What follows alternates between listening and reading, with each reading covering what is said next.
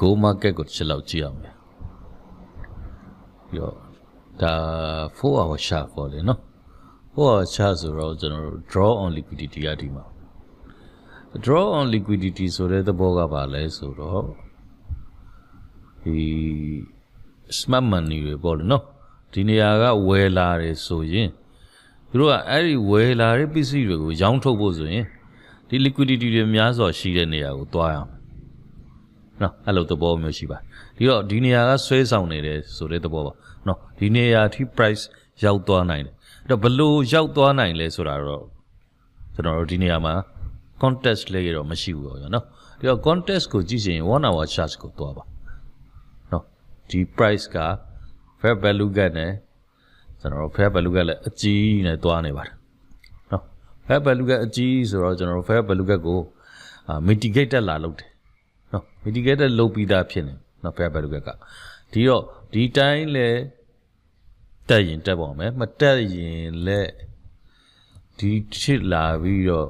ကျွန်တော်တို့ price က liquidity swap တို့ဘာလို့လုပ်ပြီးတော့သွားနိုင်တယ်အဲ့တော့ဒီ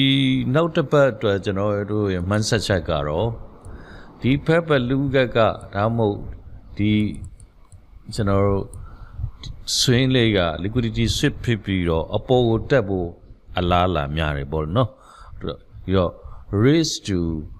reward ကိုက်တဲ့နေရာလေးတစ်ခုမှာ trade entry လုပ်ပြီးတော့ကျွန်တော်တို့ဒီ trade လုပ်နိုင်ပါသေးတယ်နော်ဒီ trade လုပ်နိုင်တယ်ဆိုတော့100 point လောက်ရှိပါတယ်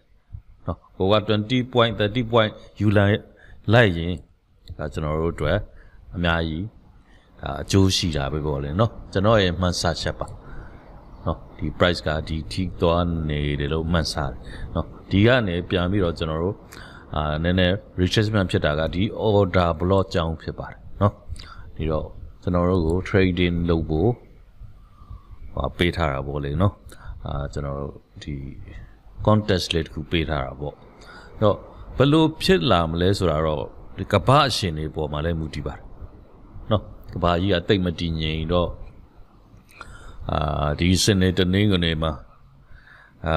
အဲ့ဒီ President Trump ကဘာတွေလုပ်မလဲဆိုတဲ့ပေါ်မှာလည်းမူတည်တယ်ဗျာနော်တင်းတာနဲ့ဖွင့်တဲ့အခါသူကမြို့လျှောက်လို့ရင်အဲ့ဒါခုံပြန်ကြော်လို့တက်သွားဆင်းသွားတဲ့ဟာမျိုးတွေလည်းမဖြစ်နိုင်ဘူးလို့ပြောလို့မရဘူး gap opening ပေါ်လေနော်တာမန်ကျွန်တော်တို့ဖြစ်နေတဲ့ condition ကတော့အရန်စိတ်ဝင်စားဖို့ကောင်းတယ်ကျွန်တော်တို့ကို trading contest လေးတစ်ခုပေးတယ် target လေးဒီနေရာမှာ draw on liquidity ရှိပါနော်ကျေးဇူးတင်ပါတယ်